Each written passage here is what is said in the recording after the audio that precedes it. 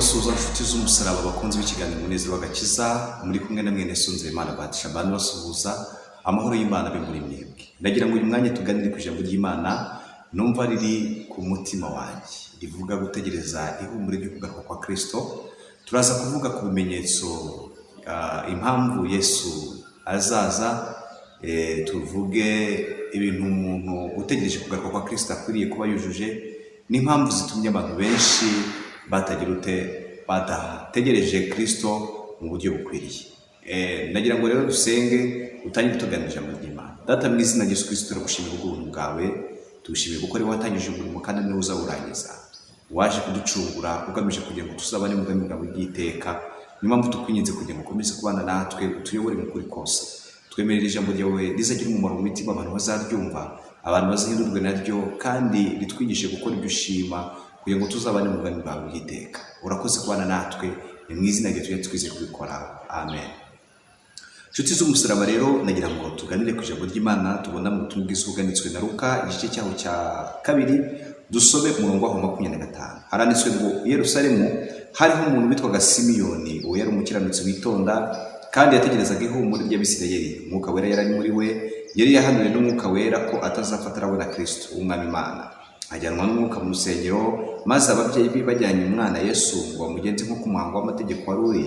Simiyoni aramuterura ashima Imana ati, Mwami, noneho urasezerera umugaragu wawe amahoro nk'uko bivuze, kuko amaso yanjye abonye agakiza kawe, ako witeguye mu maso y'abantu bose, kuba umucyo uvira amahanga no kuba ubwiza bw'ubwoko bwawe bwa Isirayeli. Imana ishimwe. Reka twongere dusome umurongo wa 36. Haranditse ngo hariho n'umuhanuzikazi witwaga Ana mwene Fanuweli wo mu muryango wa Asheri, yari umukecuru wa kera, amaze gushyingirwa yamaranye n'umugabo we imyaka 7, noneho amara imyaka 84 ari umupfakazi. Yahoraga mu rusengero aramya Imana yiriza ubusa, asenga ku manywa na nijoro. Muri uwo mwanya nawe araza ashima Imana, avuga ibya Yesu, abibwira bose bari bategereje gucungurwa kwa Yerusalemu. Amen. Inshuti z'umusaraba, ndagira ngo mvuge ibintu bike cyane kuri iri jambo ry'Imana, ariko ikintu amakuru adashidikanywaho kuza kwa Kristo, ni amakuru adashidikanywaho, ni amakuru y'ukuri. Yesu azaza, kandi hari impamvu zizatuma Yesu azaza. Icya mbere ni uko Yesu ubwe yarabivuze, yavuze ko azaza. Ubwo yazaga aje amaze gucungura itorero, amaze kuva ku musaraba, yabwiye Abisirayeli ko bagomba kumutegereza, bagomba gusenga, bagakora umurimo yabahaye wo gukora. Ababwira ko igihe kizagera, kuko iyo dusomye ijambo ry'Imana mu butumwa bwiza bwanditswe na Yohana, tuhasanga ijambo ry'Imana ritubwira ngo mu bice 14 aravuga ngo ntimuhagarike imitima yanyu, mwizere Imana nanjye munyizere. Mu rugo rwa data hari amazu menshi, iyo abadahari mbibabwiye, ariko ngiye kubategurira kugira ngo aho ndi namwe abariho muzaba. Rero bene data, Yesu azaza kuko yabivuze. Icya kabiri, Yesu azaza gucyura itorero rye. Azaza gucyura itorero rye nk'uko bikwiriye, azaza gucyura itorero rye. Kandi ijambo ry'Imana ritwereka ko Kristo ari umukwe, itorero abakijijwe, itorero rikaba ari umugeni. Azaza rero gucyura umugeni we uri hano mu isi. Kandi indi mpamvu ya gatatu izatuma Yesu aza, nuko azaza aje kugira ute? Aje guhemba. Azaza aje guhemba abakoze neza, babandi yavuze ngo ni muze mwebwe abo data yatoranije kugira ngo mube mu bwami bw'iteka. Imana ishimwe cyane, kuko ngo avuga ikintu avuga ngo mujye mu murage w'abategura uhereye ku kuremwa kw'isi. Uko nari ndwaye mukansura, nari nshonje mukamfungurira, nari mu nzu y'imbohe mukaza kunsura. Ibi byose aravuga ngo ubwo mwabikoreraga umwe wanyu, uko baramaje ngo twakubonye ryari urwaye tukagusura, twakubonye ryari uri mu nzu y'imbohe tuzakukorera. Aravuga ngo ubwo mwabikoreraga umwe muto uri hanyuma y'abandi, nige mwabikoreraga. Imana ishimwe cyane. Hanyuma ikindi, Yesu azaza aje guhana abakoze nabi, abataramwumviye. Ibyo biri mu bintu bizabuza na Kristo. Ijambo ry'Imana dusomye riratubwira ngo i Yerusalemu hariho umuntu witwaga Simiyoni, yari umukiranutsi witonda. Simiyoni hari ibintu byamuranze. Mbibutse ko muri iki gihe Yesu aza kuza, byari byarahanuwe n'abahanuzi bakomeye batandukanye, byari byaravuzwe na Mose, byari byaranditswe mu mategeko ko Mesiya azavuka aje gucungura itorero, azavuka aje kugira ngo amareho yirukana Satani mu mitima. Ariko Abisirayeli uko bari babizi, bari bazi ko azaza kubakiza wenda igitugu cy'Abaromani babakolonizaga, niko buryo babyumvagamo. Ariko Yesu aje aza ari umwami wirukana Satani mu mitima, ari umwami ushaka kwima mu mitima y'abantu nk'uko ijambo ry'Imana ribitubwira. Hanyuma ariko nubwo ayo makuru abantu bari bayafite ari menshi cyane, amakuru abantu bari bafite bari bayazi ko Yesu azaza, ariko ntabwo bari bamurindiriye nk'uko bikwiriye. Ari abafarisayo, ari abakoresha b'ikoro, ari abantu batandukanye bari bazi ko Yesu azaza. Inkuru yanangaje ni igihe kimwe Yesu yari ari kumwe n'umugore ku iriba ry'i Samariya, hanyuma amwaka amazi yo kunywa, aramubwira ngo iyo wamenyaga impano y'Imana mukamenya no gusabya amazi, nawe ukayamuhanga akaguha ko amazi y'ubugingo. Aramubwira ngo tuzi ko Mesiya azaza. Byerekana ko byari bizwi ko Mesiya azaza, byari bizwi ko Mesiya azaza. Ariko ikibazo ni uburyo abantu bari bategereje, n'uburyo bari bamutegereje. None inshuti y'umusaraba, aka kanya abantu benshi n'uyu munsi, abantu bafite amakuru, barabizi neza ko Yesu azaza. Hari n'abantu benshi bagiye babaho mu bihe byatambutse, bagiye bagerageza kwihandagaza, bakavuga imyaka n'amatariki, bakavuga umunsi rwose, bakavuga ngo Yesu azaza kuri uyu munsi. Ukuri ni ukuri, amakuru adashidikanywaho nuko Yesu azaza, ariko umunsi azaziraho ntawe wose. Hari igihe yigeze avuga ngo bari kumubaza ngo tubwire umunsi uvuge no kuza kwawe ni uwuhe, arambwira ngo ibyo si ibyanyu byo kumenya iminsi n'ibihe, ni ibya Data ugenda byose. Ariko icyo yababwiye ngo cyakora muzahabwa imbaraga Umwuka Wera n'abamanukira. Ndagira ngo mbabwire inshuti z'umusaraba, Kristo kuza ko azaza, ariko igikwiriye kumenya, icyo dukwiriye kumenya no dukwiye kwitaho, ni ukumenya ahantu tumutegerereza, ni ukumenya uburyo dukwiye kumurindira, kuko nicyo kintu gikwiriye abera, nicyo kintu gikwiriye itorero. Imana ishimwe cyane, Imana ishimwe kuko itwitaho ikamenya ibidukwiriye. Rero ijambo ryatubwiye ngo iki? Ryatubwiye ngo i Yerusalemu hariho umuntu witwaga Simiyoni. Uwo yari umukiranutsi. Kimwe mu bintu ushaka kuvuga bigera kuri 7 turi bwigire muri iri jambo ry'Imana dusomye, twigira kuri Simiyoni, tukigira no kuri Ana. Icyambere twakigira kuri Simiyoni, Bibiliya tubwiye ngo yari umukiranutsi. Yari umukiranutsi. Mu byo yakoraga byose yabikoranaga urukundo, yabikoranaga umutima utunganye. Bibiliya iravuga ngo bakundwa ubu turi abana b'Imana, ngo nyamara uko tuzasa ntikurerekanwa, ngo ariko icyo tuzi ni uko Kristo niyerekanwa, ngo uko azasa tuzasa nawe. Bene Data, ngo nuko rero ufite ibyo byiringiro mu mutima we, ngo yibaneze nk'uko waboneye. Nagiye ngo ubwire inshuti z'umusaraba, ikintu ukwiriye kumenya, ukwiriye kwitaho, nuko ukwiriye kumenya ko Kristo azaza, ari bugufi bwo kuza gucyura itorero. Nubwo abantu benshi batabaye maso, ariko Bibiliya iravuga ngo ufite ibyo biziringiro mu mutima yiboneze nk'uko waboneye. Amen. Bibiliya itubwira ngo yari umukiranutsi. Dukwiye kwigira kuri Simiyoni rero ko twagakwiye guharanira kuba abakiranutsi mu byo dukora ibyo ari byo byose. Icya kabiri ngo yari umukiranutsi witonda, wubaha Imana. Wubaha Imana. Ese wubaha Imana mu bikorwa byawe byose bya buri munsi? Ugerageza gutinya Imana, nshuti y'umusaraba? Ugerageza gutinya Imana? Imana ishimwe. Ariko ngo yubahaga Imana, yaritondaga. Ariko ni ikintu dukwiriye kumwigera. Icyo ni ikindi cya kabiri. Cya gatatu ngo yategerezaga ihumure ry'Abisirayeli. Ujya wihangana ugategereza. Ijambo ry'Imana tubwira ngo mwihangane. Ese ujye wihangana? Ariko ngo yategerezaga ihumure. Ubundi ihumure ni amakuru meza ava ku Mana, ni amakuru ageza mu gihe abantu bari mu bibazo, bafite intambara. Ariko ukuriye kumenya inshuti y'umusaraba muri aka kanya ngo mbese ntegereje ihumure, ndihangana. Abantu benshi bananiwe gutegereza. Ariko iki ni ikintu cya gatatu, ngo yari umukiranutsi witonda. Ikindi yategerezaga ihumure ry'Abisirayeli. Wibuka ko abandi benshi bari barababwira ko bari bararambiwe, bumvaga n'uyu munsi uravuga ngo byakozwe kuva kera ko Yesu azaza. Abantu benshi ugasanga bagiye mu bindi bintu, bagiye mu bindi bizaha. Ariko ndajya nkubwire inshuti y'umusaraba, ukwiriye gutegereza kandi ukamenya ahantu urindira Kristo, kuko Kristo ntabwo umurindira mu rusaku. Umuririmbyi yaravuze ngo muze mwenyine twihererane, munsanga ahantu hatari abantu. ngo dore imirimo yabarembeje, ngo n'urusaku rurabaruhije, ngo murajye mwumvira ibyo mwibwira, ngibyo muvuga n'ibyo mukora, kuko ngo mu miruho yanyu munaniwe bimenywa n'imigambi yayo.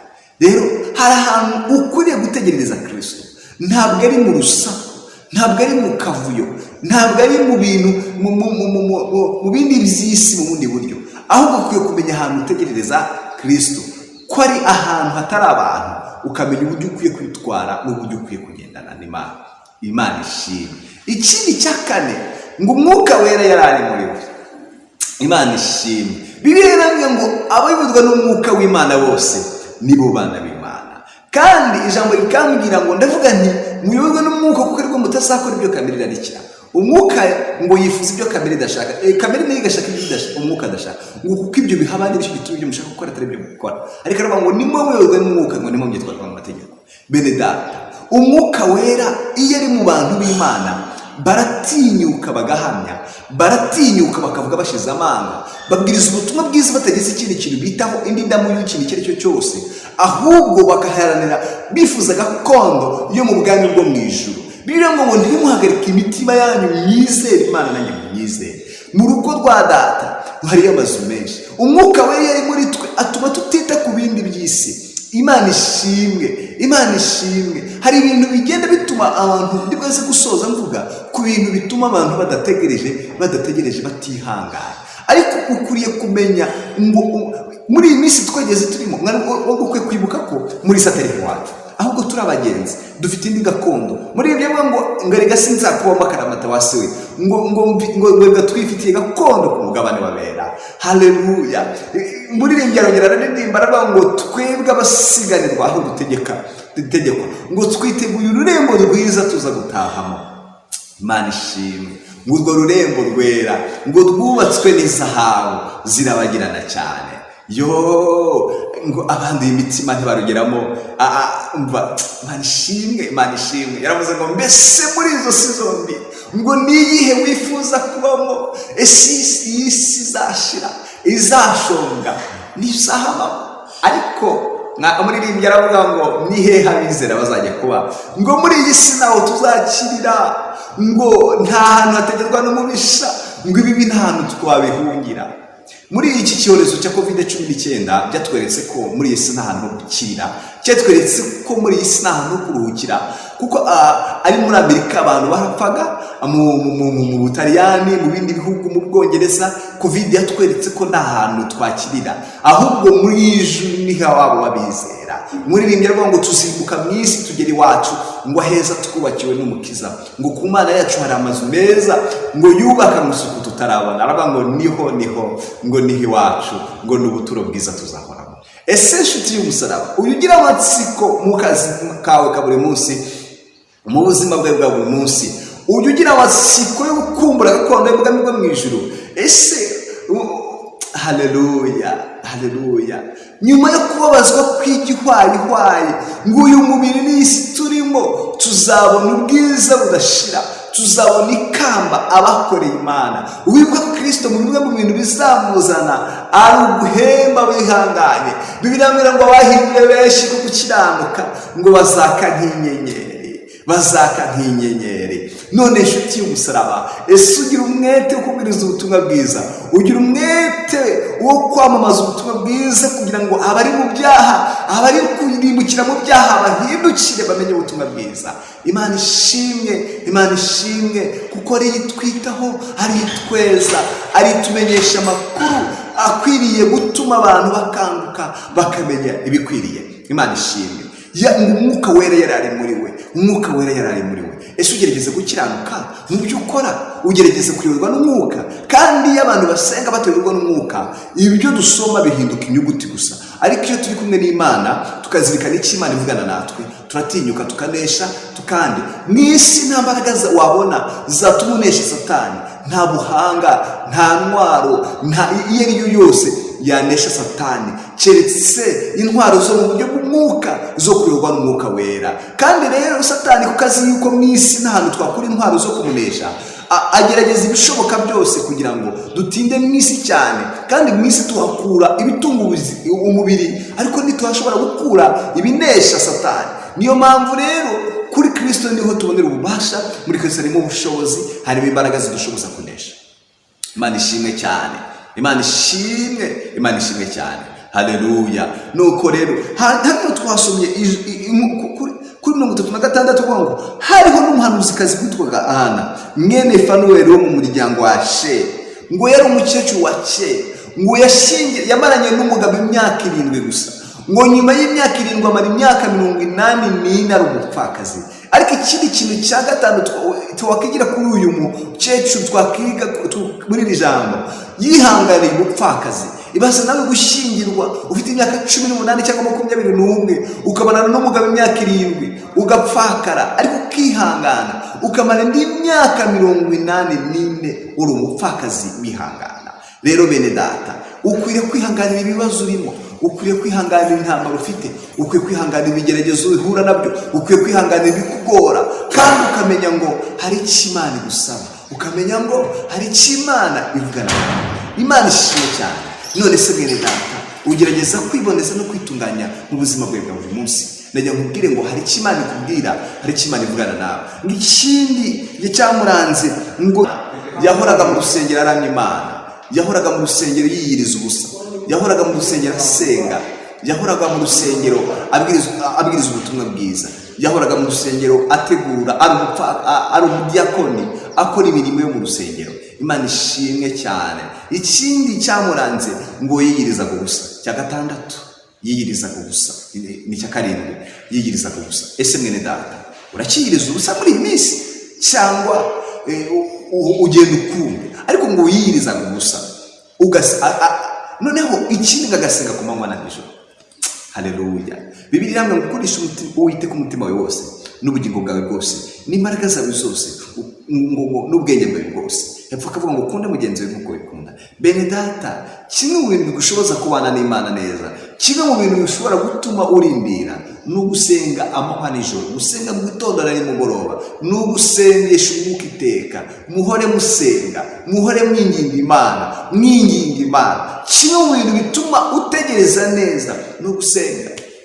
Nuko kandi isi ubwayo ntishobora kugushakira umwanya wo kugira ngo ubane n'Imana, ahubwo wowe ugomba kwiyima, ugomba kugira ibyo wiyima, ukiba ukabana n'Imana. Imana ishimwe cyane, Imana ishimwe. Muri aka kanya mwene data, ni icyo kintu twamwigiragaho, kandi ngo yahoraga aramya Imana.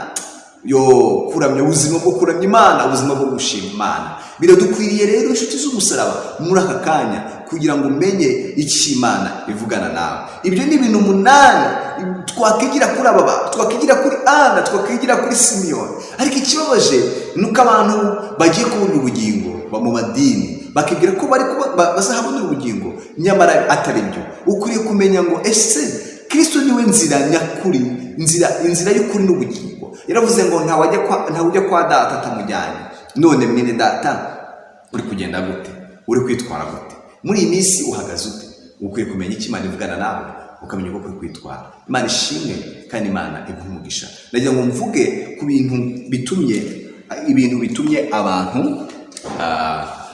bintu bitumye abantu benshi bagize ute batarindiriye. Kimwe cyo cya nyuma ni ukugira imitima ushaje. Impamvu itumye abantu badategereza by'ukuri Kristo ni cya mbere, ni umutima ushaje. Bibiliya ijambo ry'Imana yarambwira ngo mu Baroma, Pawulo yandikira mu rwandiko igice cya 12 umurongo wa 1 ngo ndabinginga kubw'imbabazi z'Imana ngo mutange imibiri yanyu ibitambo bizima byera bishima n'Imana, ngo ntimwishushanye n'ab'iki gihe, ngo ahubwo muhinduke rwose mugeze imitima mishya. Kimwe mu bintu bitumye abantu badategereza, imitima y'abantu irashaje, isaziye mu by'isi, mu byaha. Uzarebe moteri y'imodoka ishaje ntabwo ibasha kugenda, ariko iyo moteri ikoze ari nzima imodoka ibasha kugenda. Ariko mu bintu bitumye abantu badategereza ni ukugira imitima ishaje. Ariko ukwiye kugira umutima mushya nk'uwo wari uri muri Kristo Yesu, ukamwigana. Imana ishimwe cyane. Cya kabiri ni ukwivanga n'isi. Kwivanga n'isi bitumye abantu benshi badategereza. Gushakira ubuzima no gushaka imibereho abantu bakibagirwa iby'umwuka bitumye abantu barangara. Niko no mu gihe cyo kugira ngo umukiza Yesu aze kuvuka, abantu benshi bari bararangara. ariko tubona abantu bake cyane nibo bari bategereje iryo humure. None mwene data, kandi iyo umuntu yivanze n'isi agasezerana isezerano nayo, gukora divorce biragoye. Ariko ukwiye kumenya ngo ntabwo nkwiye kwivanga n'isi, ahubwo nkwiye kuyoborwa n'umwuka. Imana ishimwe. Kandi ikindi ni inyigisho z'ubuyobe cyangwa ubuhanuzi bwinshi buje muri iyi minsi. Bene data, hari igihe abantu bibaza ngo ni gute ngo abantu bakora Imana by'ukuri n'abantu badakora Imana by'ukuri bakora. Uruzi ko Kristo yavuze ngo mureke urukungu n'amasaka bikurane. Yaravuze ngo mureke urukungu n'amasaka bikurane. Abahanuzi barahari b'ibinyoma n'abukuri barahari, ariko bagomba gukorana kugeza igihe Yesu azaza. Kuko niwe uzarobanura intama mu ihene, niwe uzakura abakiranutsi mu banyabyaha, niwe uzavangura amasaka n'urukungu. Rero ntabwo ukwiye kugukerereza, ahubwo ukwiye kuba maso ukamenya ibyo witwara, kuko muri iki gihe ni igihe ubuhanuzi bugwiriye butejwe imbere. Abantu badahanura bacishijwe bugufi, ariko ubuhanuzi abantu barashaka mu bundi buryo butandukanye kandi buyobeje benshi. Ukwiriye kumenya ko hari ubuhanuzi bw'ukuri buturuka ku Mana n'ubuhanuzi buturutse kuri Satani. Ukwiriye kujonjora, ukwiriye kugenzura, kandi ukirinda kwita cyane ku buhanuzi, ahubwo ugasoma ijambo ry'Imana rikakuyobora, kuko nicyo kintu cyakubwiye. Kuko ari ikizira cyamaze guhagarara hera. Abantu bumva ikizira bakimva mu bundi buryo. Yesu yigeze avuga ngo nujya gutanga ituro ryawe, ngo ujye gutanga ituro ryawe ugeze ku gicaniro, ngo ukibuka ko ari mwene so mugira ikintu mupfa, ngo ugende ujye kwikirana nawe ubanze ubone kugaruka. None inshuti y'umusaraba nkubwire, iyo umuntu ahagaze imbere ku ruhimbi akaza akavuga ijambo ry'Imana afite umuntu umwenda, afite umuntu atari kirango nawe, afite icyo apfana mugenzi we, ari umubeshyi, ari umujura, ari umusambanyi, icyo ni ikizira gihagaze ahera. Kuko niba uje gutanga ituro ryawe, wagakwiye kuba udafite ikintu cy'ikizira imbere y'Imana, nta kintu cyo gucira urubanza imbere y'Imana. Rero niyo mpamvu Yesu yavuze ngo ubanze ugende usige ituro ryawe, ugende ujye kwikiranura n'umuntu ubone kugaruka. None inshuti y'umusaraba, muri aka kanya Imana irakubwira ngo we kwivanga n'iby'isi, ahubwo umenye uko witwara, kuko ibintu bigomba gukurana. Ibyo urukungu n'amasaka bigomba gukurana, ariko ukwiye kumenya ngo ni gute ngomba kwitwara, ni gute nkwiye kugenda. Ikindi ni ukuba tuyoborwa n'umwuka, mbega gucika intege ku itorero. Muri iyi minsi usanga, kandi ibyo narindi kuvuga bibaho mu madini. Abantu benshi navuze ko bari muri y'ubugingo mu madini biturutse kugenda n'imihango itandukanye, ibintu itegetswe n'amategeko, gukora imirimo yo kukarubanda, ariko imirimo itari kukarubanda ugasanga abantu ntabwo bashyiramo imbaraga. Ariko wari ukwiye kuzirikana iki kintu, ukwiye gukorera mu ibanga, kuko nibwo uzahembwa ingororano nyakuri. Imana ishimwe. Muri aka kanya rero ibyo bintu benshi bitumye abantu babura ubugingo. Ariko ibuka iki kintu, ibuka ko ubugingo ari ikinege. Ubugingo ni ikinege, kandi Kristo azaza gucyura itorero. Impamvu azaza ya mbere nuko yasize bivuze. Icya kabiri, azaza gucyura itorero. Icya gatatu, azaza guhemba abakoze neza. Icya kane, azaza guhana, azaza gushyiraho amateka. Imana ishimwe. None inshuti y'umusaraba, waba witeguye kuza kwa Kristo? Waba ukwiteguye cyangwa ucitse intege uri kugenda ukundi? Menye ko ibyo dukora byose bizashyirwa imbere y'intebe y'Imanza, kandi umenye ko igihe kizagera Kristo akaza. Bibiliya irambwira ngo twishime tunezerwe, kuko ubukwe bw'umwana w'intama w'Imana busohoye. Kandi hahirwa ngo umugeni we akaba yiteguye, yambaye imyenda yera, ariyo mirimo yo gukiranuka kw'abera. None se mwene data, waba uri maso, waba witeguye, cyangwa uri kugenda ukundi? Ariko ukwiye kumenya icyo Imana ivugana nawe, waba ukwiye kumenya nimba witeguye. Muri aka kanya rero ubitekerezeho, nusanga uri kugenda ukundi bidakwiye, ukanguke umenye, kuko ibimenyetso byo bitwereka kuza kwa Kristo biragenda bisohora. Hari bitaraza, nko kubaka k'urusengero rw'i Yerusalemu ntibiraba, nko kagahe k'amahoro nako ntibiraba. Hari ibindi bintu bimwe na bimwe bitaraza, kwihuza kw'amadini. Ariko ibyo byose ndajya nkubwire ngo bene data, ukwiye kumenya ko Kristo ari bugufi kuza. Ijambo ry'Imana ryatubwiye ngo Yerusalemu hariho umuntu witwaga Simiyoni, yari umukiranutsi witonda, yitegerezaga ihumure ry'Abisirayeli. Ngo yari ahanuwe n'umwuka w'Imana ko atazafata abonye Mesiya. Haleluya. Ngo ajyanwa n'umwuka mu rusengero, ngo ababyeyi bari bazanye umwana, ngo amuteruye aravuga ngo noneho data urasezerera umugaragu wawe amahoro, kuko amaso yanjye abonye agakiza kawateguriye ab'isi yose. Imana ishimwe. Reka rero dusenge. Data, mu izina rya Yesu Kristo turagushimiye kubw'ubuntu bwawe, tugushime kubw'ijambo ryawe. Dusengera umuntu wese waduteze amatwi n'ijambo ryawe kugira ngo Mana abantu be kwirara ahubwo bamenye icyo ugambiriye kuri bo, babe maso batunganye inzira zabo kugira ngo uzaza guca itorero uzasange twiteguye. Komeza kubana natwe no kutwitaho, ubuntu bwawe n'umugisha ukomeze kubana natwe, nk'umugisha abantu bose bumvise ijambo, abatarakizwa waha agakiza, kandi duhe kuzuza inshingano yawe nyamukuru nk'uko ikwiriye abizera. Komeza kubana natwe, uzi kutwitaho, mu izina rya Yesu twije kubikora. Amen. Imana ibahe umugisha.